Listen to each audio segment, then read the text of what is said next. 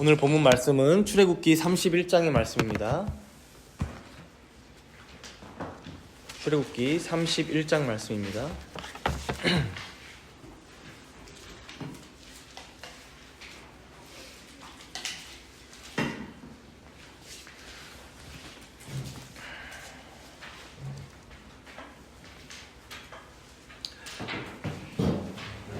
본문은 출애굽기 31장 전체 말씀인데 제가 봉독은 1절에서 11절까지 말씀만 봉독하도록 하겠습니다.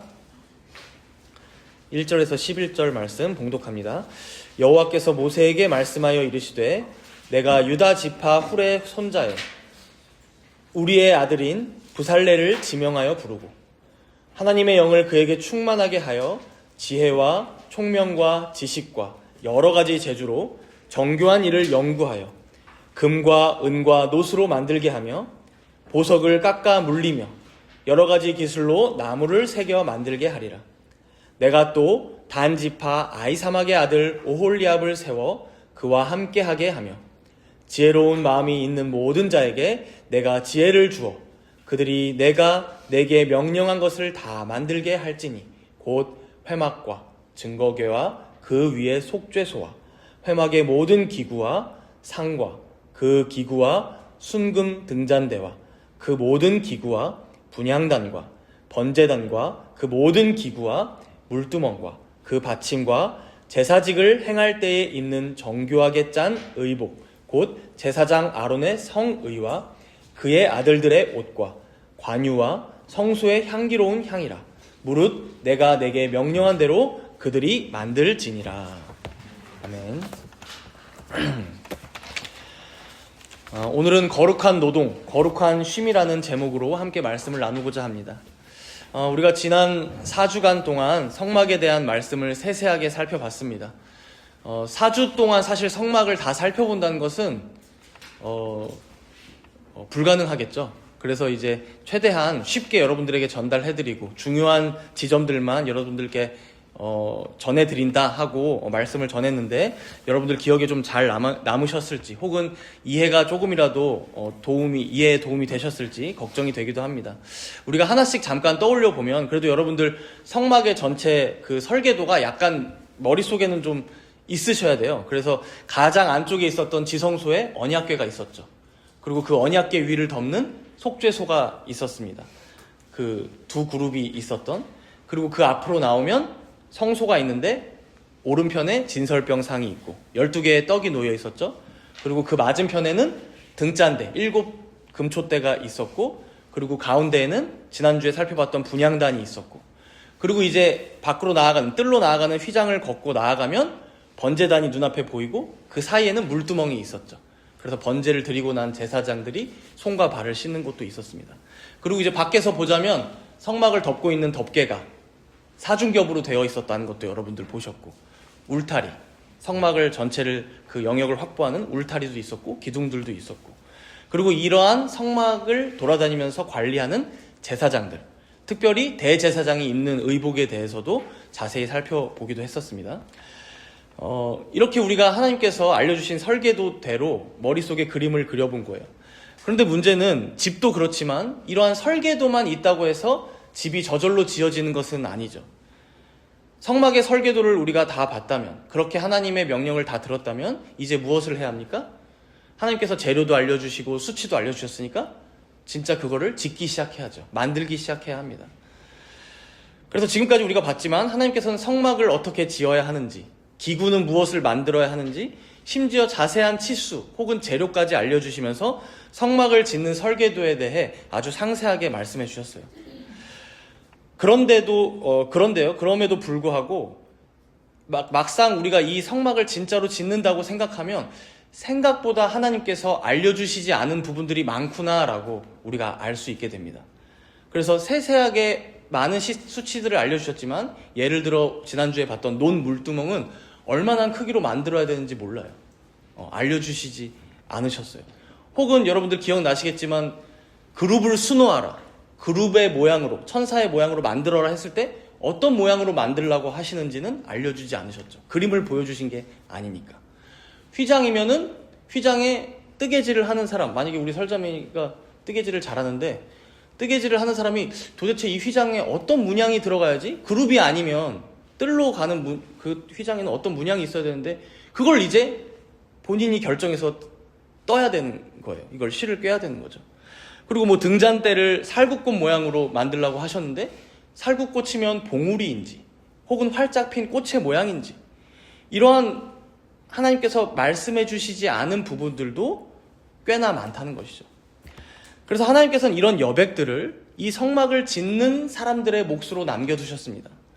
즉 성막 건조를 위해 부름받은 사람들이 자신들의 창의성을 직접 발휘해서 어떻게 만들면 좋을지 지혜를 짜내게 하시고 그리고 자신들의 기술로 어딘가를 더 깎아볼까 고민도 하게 하시고 그렇게 자신들의 자율적인 생각과 능력으로 채워갈 그 여백, 그 영역을 하나님께서는 분명히 이 성막 곳곳에 남겨두셨다는 거예요. 이걸 우리에게 한번 적용해 보자면 오늘날 우리 또한 마찬가지입니다. 하나님께서는 우리에게 성경 66권의 말씀을 주셨고 우리가 요즘에 대우리 문답에서도 공부하고 있지만 10계명이라는 아주 분명한 계명을 주셨죠. 이 계명에 순종해야만 합니다. 그리고 웨스트민스터 대우리 문답에는 그 각 계명에 따른 우리가 순종해야 할 것 그리고 금지되는 것 그것에 대해서 세세하게 배웠어요. 그럼에도 우리가 서로 나눌 때 어떤 나눔이 많아요? 이 부분은 어떻게 해야 되는지 모르겠다. 여기는 너무 복잡하다. 예를 들어서 하루에 스마트폰을 몇 시간 사용하는 것이 선한 것인지 유튜브를 본다면 어떤 영상을 시청해야 좋은 것인지 어떤 채널을 구독할까요? 내가 다녀야 할 직장이 A 직장인가요? B 직장인가요? 혹은 일터에서 나의 동료나 상사들을 대할 때는 어떻게 대하는 것이 지혜로운 일인가요? 이런 인생의 수만 가지 선택과 대처들을 하나님께서는 어떻게 남겨두셨어요? 여백으로. 다 일일이 말씀하시지 않는 방식으로 우리에게 명령을 주셨다는 거예요.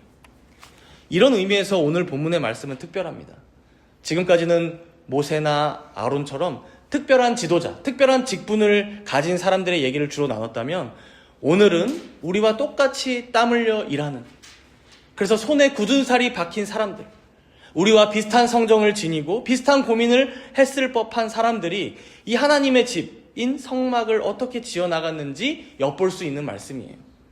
그래서 오늘 말씀을 통해 하나님께서는 특별한 몇몇의 사람들, 지도자나 제사장들 뿐만이 아니라 일터에서 망치질하고 타이핑을 치고 가정에서 육아로 수고하는 그리고 설거지나 빨래로 가사일을 돕는 이런 우리 평범한 성도들의 삶을 어떻게 인도하시는지 그 실제의 삶을 담고 있다는 것이죠. 그럼 먼저 우리가 오늘 본문 2절 말씀 함께 읽어볼까요? 2절 말씀입니다. 31장 2절 말씀 함께 읽습니다. 내가 유다 지파 훌의 손자요 우리의 아들인 브살렐을 지명하여 부르고 하나님께서 가장 먼저 어떤 사람을 부르십니까? 브살렐이라는 사람을 부르세요. 브살렐. 근데 여기서 중요한 표현은 브살렐을 그냥 부른 게 아니라 지명하여 그 이름 석자 우리가 보기엔 석자죠. 그 이름을 확실하게 부르셔서 지명하여서 부르셨다는 거예요. 우리가 지금까지 봤지만 제사장들을 생각하면 어때요? 아론이 대제사장이고 아론의 후손들이 제사장의 직을 혈통적으로 이어받는 구조를 봤습니다. 혈통이 태어나면 제사장이에요. 레위 지파 혹은 아론의 후손들. 그런데 지금 성막을 짓는 사람은 어때요?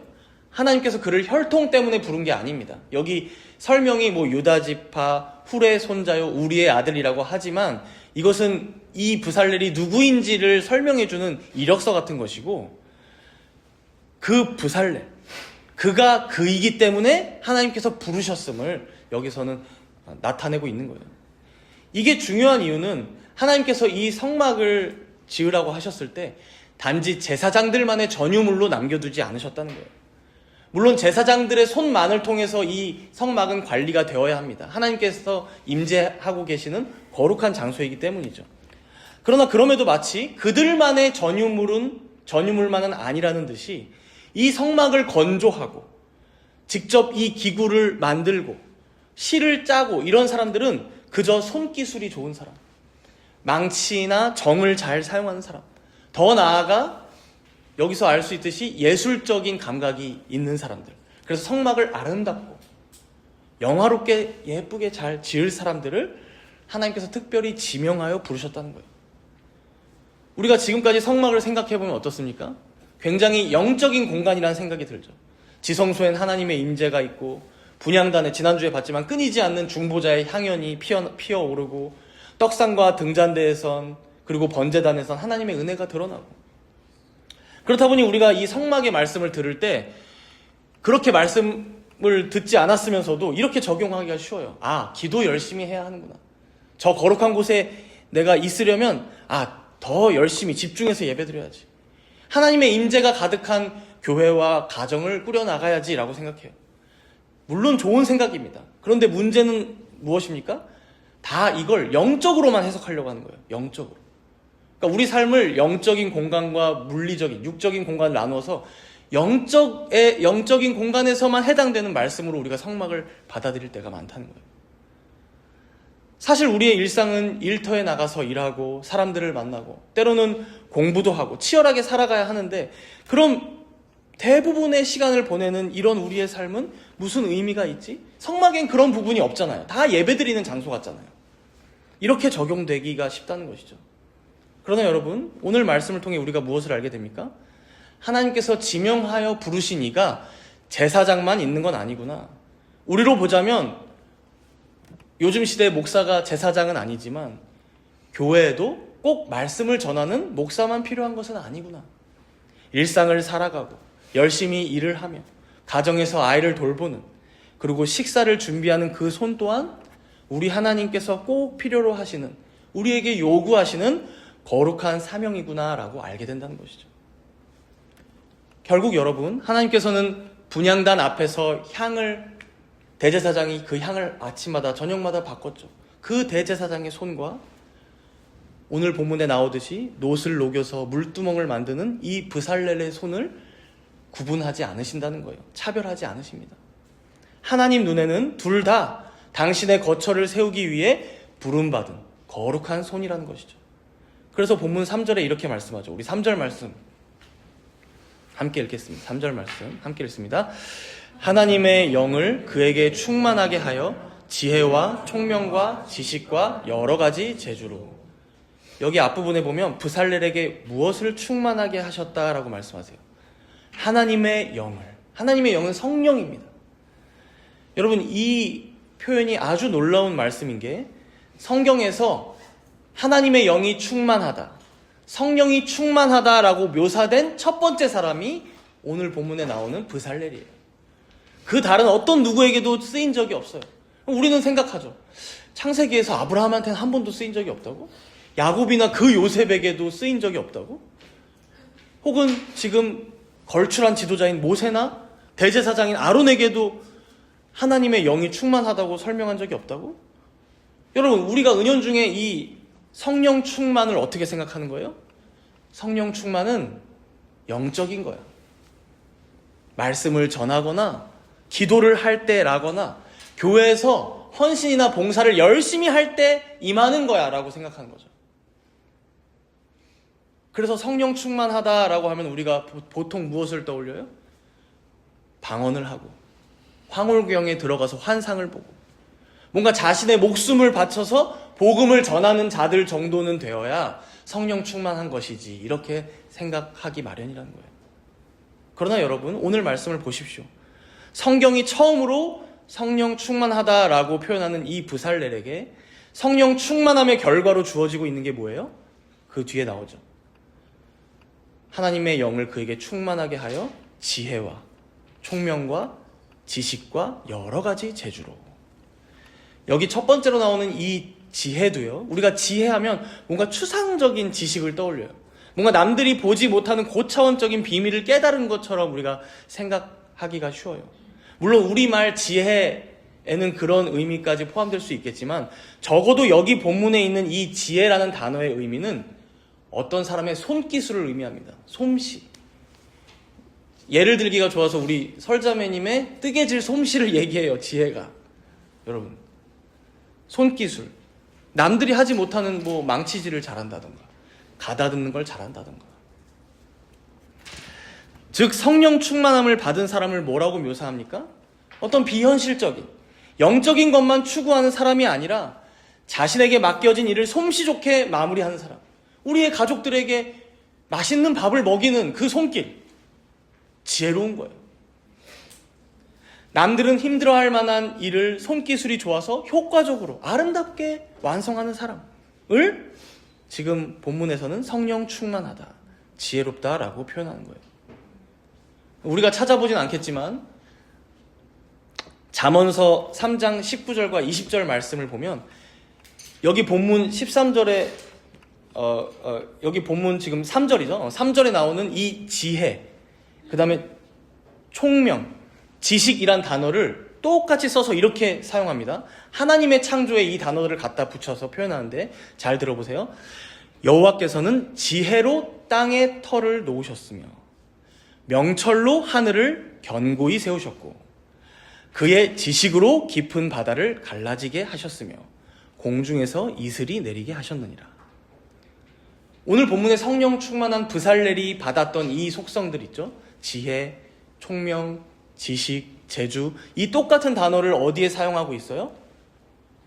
하나님께서 창조하실 때 바로 그 지혜로 땅의 기초를 놓으셨어.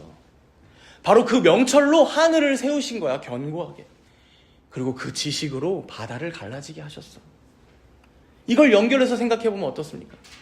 브살렐의 그 손기술이, 그 솜씨가 그냥 어디서 하늘에서 뚝 떨어진 게 아니에요.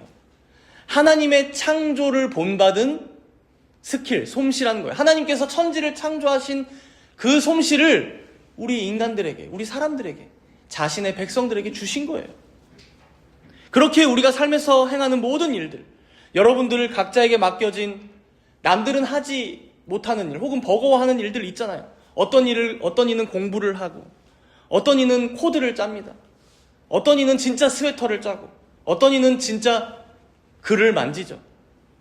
어떤 이는 고객을 잘 대하고, 물건을 팔고, 혹은 어떤 이는 소외된 자를 잘 섬깁니다. 그 모든 기술들, 솜씨들이 다 뭐예요? 하나님의 창조 행위를 본받은, 하나님께서 우리에게 맡기신 이 땅에서의 재창조의 사명들입니다. 재창조의 사명들. 그리고 그 일들을 통해 거룩한 하나님의 성막이 지어져 가는구나, 우리는 여기서 발견할 수 있는 것이죠. 그리고 본문 6절 이렇게 이어서 말씀하죠. 우리 본문 6절 함께 읽어봅시다. 6절입니다. 내가 또 단 지파 아이사막의 아들 오홀리압을 세워 그와 함께하게 하며 지혜로운 마음이 있는 모든 자에게 내가 지혜를 주어 그들이 내가 내게 명령한 것을 다 만들게 할지니. 하나님께서 또 한 명을 세우시는데 브살렐의 파트너죠. 오홀리압을 세우십니다. 뿐만 아니라 이 두 명을 도울 자들로 지혜로운 마음이 있는 모든 자들을 주위에 붙여주십니다. 이건 이 거룩한 사명이 다만 몇몇 특정한 사람들에게만, 그러니까 모세나 아론이나 혈통으로 세워진 제사장들에게만 주어진 게 아님을 알 수 있는 것이죠. 브살렐과 오홀리압을 넘어서 우리가 이름조차 알 수 없는 수많은 무명의 일꾼들에게도 동일하게 이 성막 건조의 일이 맡겨졌다는 거예요. 이처럼 세상에서도 혹은 교회 안에서도 특별히 주목을 받지 못하더라도 하나님께서는 여기 모인 우리 한 사람 한 사람에게 지금도 여전히 지혜와 총명과 지식과 재주를 부어주십니다. 그렇게 지루한 육아의 시간 속에서도, 끝이 없는 가사 일 속에서도, 매일같이 반복되는 직장의 현실 속에서도 하나님께서는 자신의 영을 부어주셔서 여러분들 모두가 성령 충만함으로 그 일들을 넉넉히 감당하게 하신다는 것이죠. 그래서 여러분, 오늘 대표적으로 등장하는 두 인물이 있죠. 브살렐과 오홀리압. 이 둘의 이름의 뜻이 참 의미심장합니다. 여러분들 기억하시면 좋겠는데요. 브살렐이라는 이름의 뜻은 하나님의 그림자 아래라는 의미입니다. 하나님의 그림자 아래. 그리고 오홀리압은 아버지는 나의 천막, 나의 텐트이시다라는 의미예요. 이들의 이런 이름이 우리를 대표하여 여기 기록된 것을 우리가 믿는다면, 여러분, 우리가 누구라는 거예요? 바로 브살렐, 하나님의 그림자, 하나님의 그 보호 아래 머무는 자들이라는 거예요. 또 오홀리압. 그런 아버지가 우리의 천막, 텐트, 나의 피난처 되신다라는 거예요. 그러니 여러분, 우리가 오늘 말씀을 들으면서 이 성막에 대해 마지막으로 잊지 말아야 할 말씀이 무엇일까요? 성막이 여러분들과 그저 거리가 멀게만 느껴지진 않으셨습니까? 성막은 너무 거룩한 곳이고, 저기는 제사장들, 대제사장들, 혹은 교회 오면 목사님, 직분자들만 들어가는 곳이기에 나와는 별로 상관없는 곳이 성막이지 라고 여겨지진 않으셨습니까? 오늘 말씀을 통해 우리가 이 오해를 바로 잡아야 합니다. 이름도 없이, 그러나 자신의 솜씨와 지혜를 다해 성막의 말뚝 하나를 묵묵히 박았던 그 무명의 이스라엘 백성처럼 주님께서는 우리의 삶의 현장에서 드려지는 모든 우리의 노동을 기쁘게 받아주십니다. 그래서 거룩한 노동이에요. 우리의 모든 노동이. 마치 성막을 섬기는 그 제사장의 손길처럼, 아니 그 제사장의 손길과 똑같이 우리의 헌신을 그 거룩한 손길로, 거룩한 노동으로 기쁘게 받아주신다는 것이죠. 그렇기에 거룩함이란 우리가 꼭 교회에 나와서 예배 드릴 때만 임하는 것이 아닙니다. 우리가 살아가는 삶의 모든 현장들, 우리의 일터, 가정, 사회의 여러 영역들이 바로 성령 충만의 현장임을 여러분들 꼭 기억하시기 바랍니다. 다만 말씀 읽고 기도할 때뿐만이 아니라 여러분들 각자에게 맡겨진 직무를 충성되이 감당하는 바로 그 현장이 성령께서 임재하는 곳이며 지혜와 명철을 부어주시는 곳입니다. 그렇기에 바로 그 자리가 우리 모두의 살아있는 예배의 자리요, 거룩한 헌신의 자리가 됨을 여러분들 잊지 마시기 바랍니다. 이제 이렇게 부살렐과 오홀리압은 하나님께 부르심을 받았고 지명하여 부르심을 받았으니 이들의 마음에 얼마나 열정이 불탔을까요?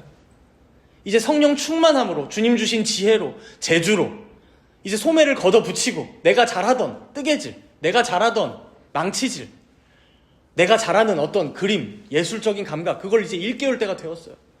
근데 바로 그 순간 하나님께서 이렇게 말씀하셔요. 우리 본문 13절 말씀 함께 읽겠습니다.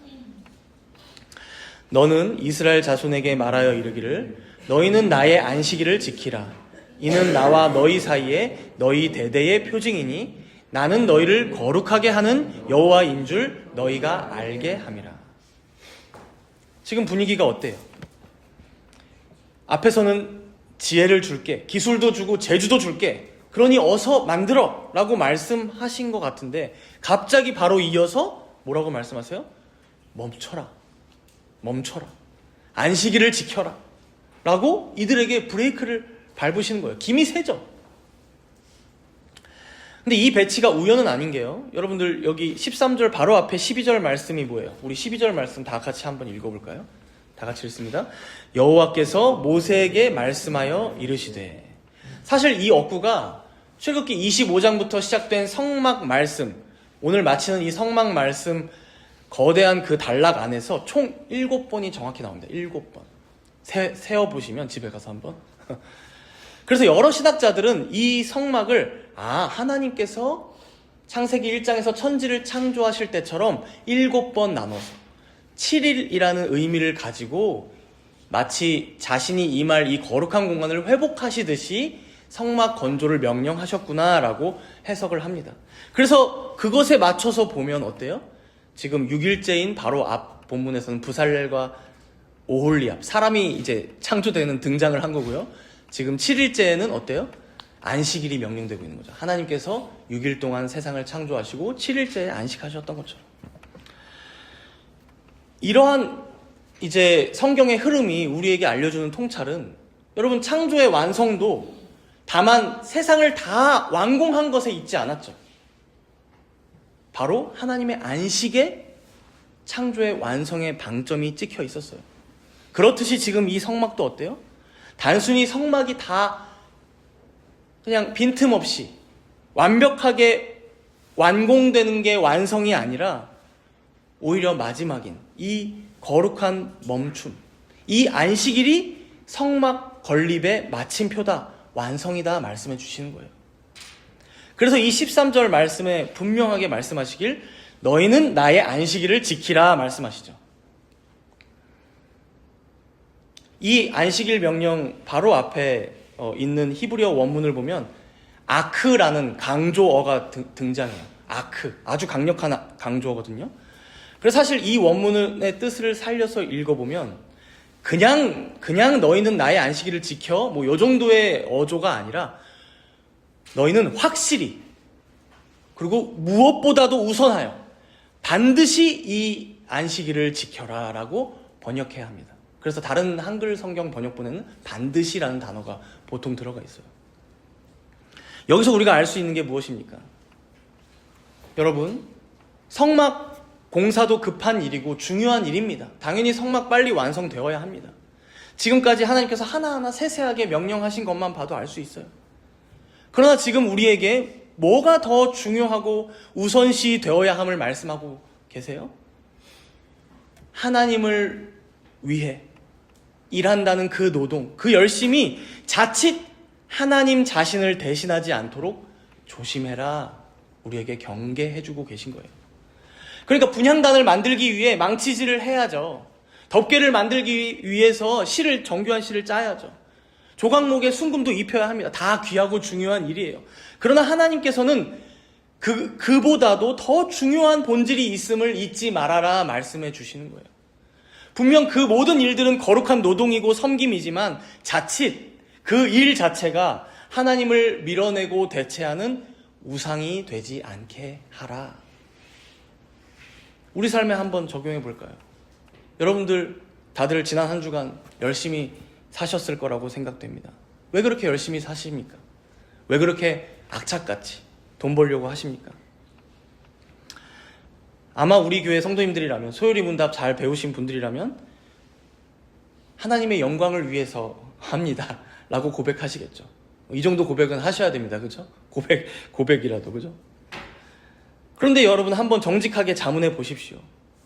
하나님을 영화롭게 하기 위하여 산다고 하면서 돈을 벌어요. 물건도 만들어요. 거래도 합니다. 출퇴근도 하고 아이도 돌보며 가사일도 열심히 해요. 가정도 돌봐요. 근데 정작 그 분주함 속에 하나님이 사라져 있다면, 하나님은 한 번도 떠올리지 않았다면, 하나님을 위한다는 그 열심 자체가 이미 하나님을 대체해버린 또 하나의 우상이 되어버린 것은 아닌가라는 것이죠. 성경 본문 당시도 한번 생각해 볼까요? 브살렐의 솜씨 좋았겠죠. 오홀리압의 지혜 탁월했을 거예요. 성막이 너무 멋지게 건립되어 가고 있어요. 사람들이 그걸 보면서 박수도 쳐주고 정말 수고 많으셨습니다 항상 격려해줬어요. 본인도 뿌듯해. 그런데 그러다 보면 어떤 생각이 들어요? 야, 저 성막 내가 만들었지. 그래, 내가 없으면 안 돼. 내 기술, 내 노력, 내 열심, 내 열정이 이 거룩한 하나님의 임재를 있게 했어.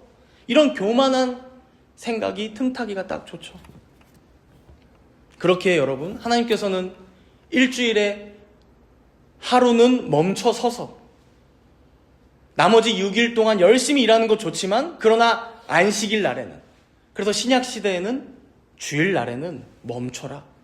왜요? 멈춰야지만 비로소 생각되고 보이는 것이 있어요. 어떤 스님이 쓰신 책 제목 같은데 멈춰야 비로소 보이는 것들.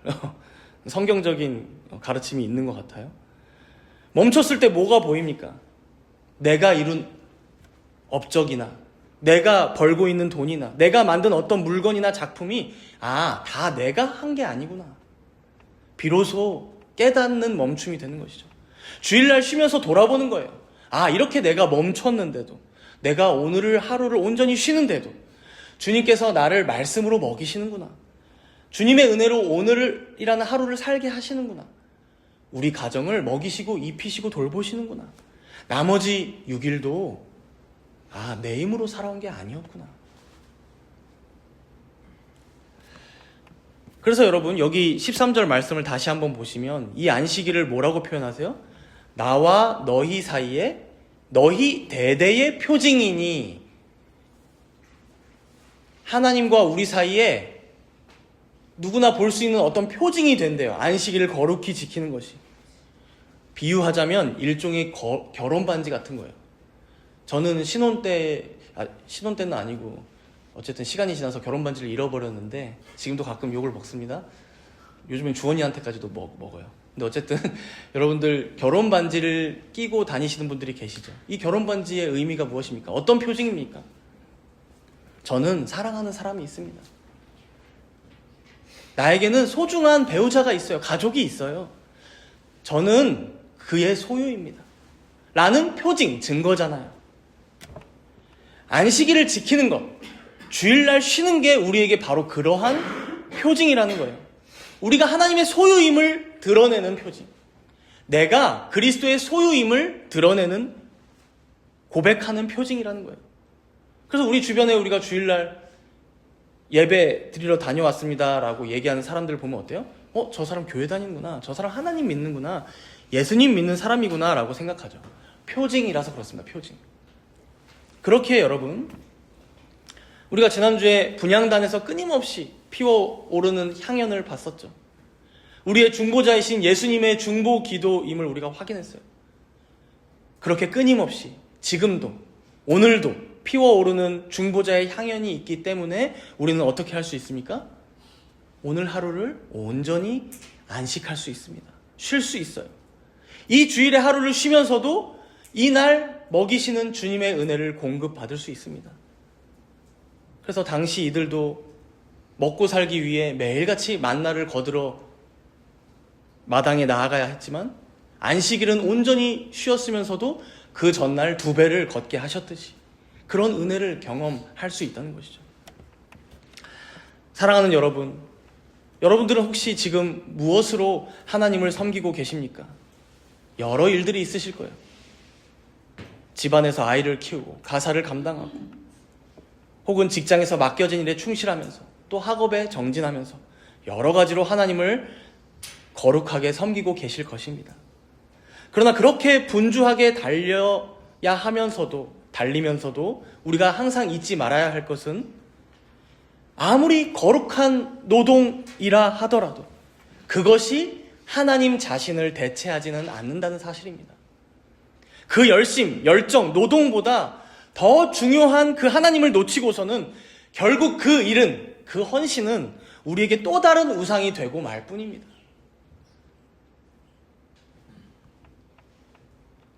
제 생각에 이러한 위험에는 사실 목회자들이 가장 많이 노출되어 있다고 생각하는데요.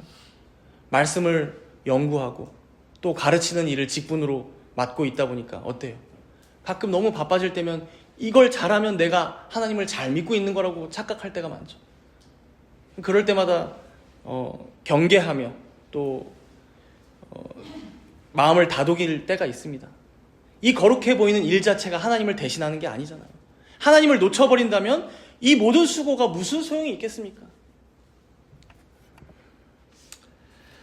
이처럼 오늘 말씀을 통해 우리 각자가 자신을 되돌아봐야 할 것입니다. 우리 모두는 브살렐처럼 오홀리압처럼 지명하여 부르심을 받은 자들입니다. 그러나 정작 우리의 삶에 하나님의 그늘 아래 쉬는 안식이 사라져 있다면, 그가 제공하시는 천막, 피난처에서 쉬는 쉼이 사라진 인생을 살아가고 있다면 그건 거룩한 삶이 아니라 혹시 거룩한 착취, 영적인 착취는 아닌지 우리가 돌아보아야 합니다. 가끔 주위에 보면 제가 옛날에는 안 그랬는데 요즘 신앙의 기쁨이 사라졌어요. 하나님을 믿는다고는 하는데 저에게 어떤 즐거움, 감사, 평안이, 안식이 다 사라진 것만 같아요 라고 고백하는 분들이 간혹 있습니다. 왜 그럴까요?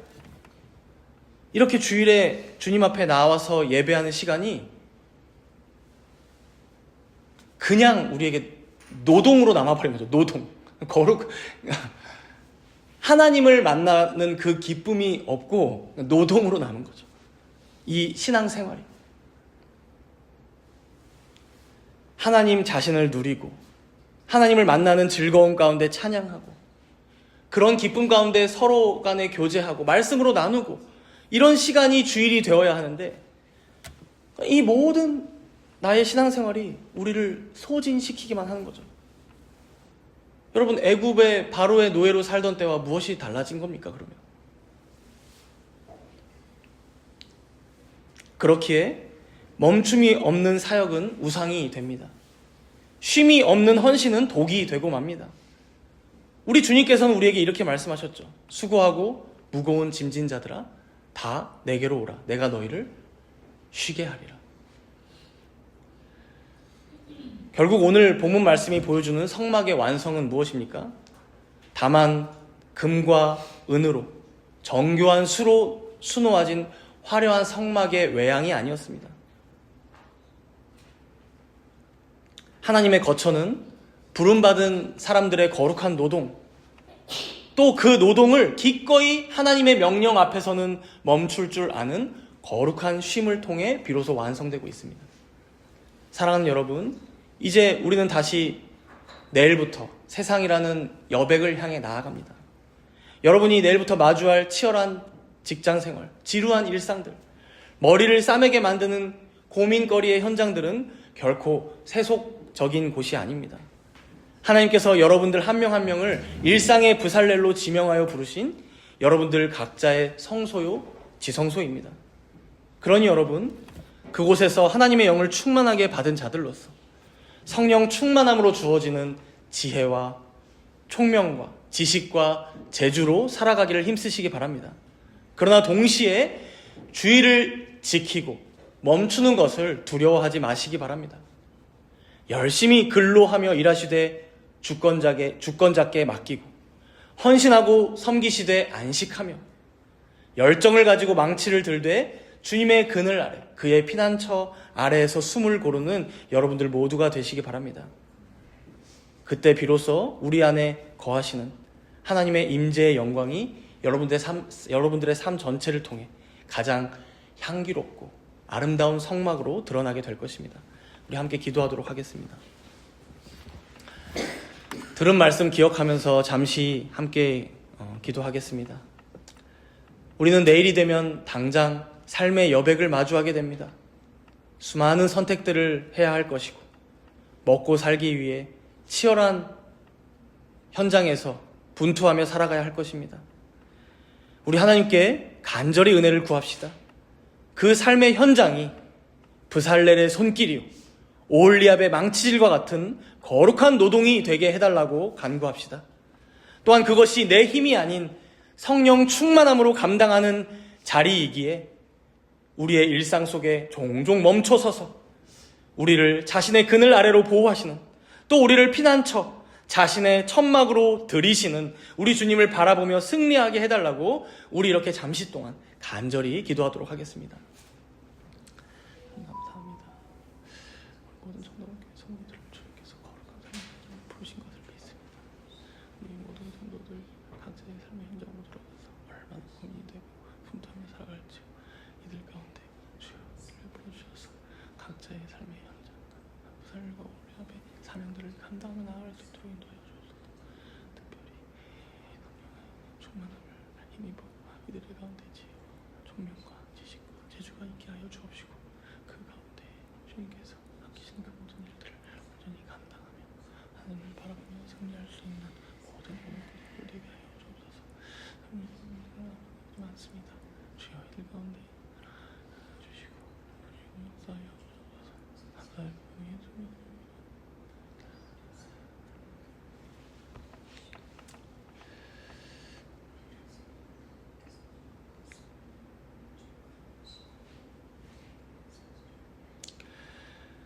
자비로우신 하나님 아버지, 이름 없는 저희를 지명하여 부르시고 하나님의 나라를 함께 지어가는 거룩한 동역자들로 세워주심에 감사를 드립니다. 내일부터 다시 시작될 우리들의 일터와 가정이 내 힘이 아닌 성령의 지혜로, 성령께서 주시는 힘으로 채워지는 거룩한 현장이 되게 하여 주옵소서.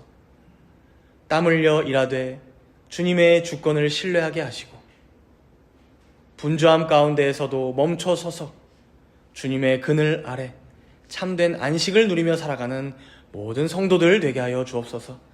감사드리며 우리 주 예수 그리스도의 이름으로 기도드리옵나이다.